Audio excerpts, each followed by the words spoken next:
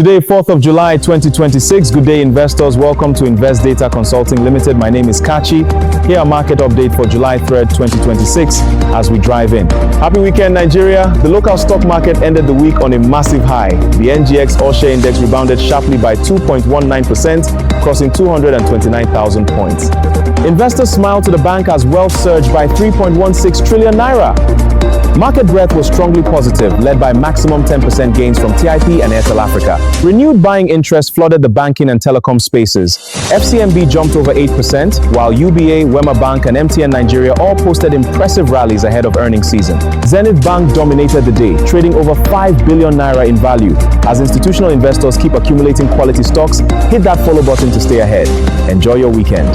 Welcome back. For more market update, visit our YouTube channel by clicking the subscribe button, drop a comment, like, and share so you don't miss out on the next update.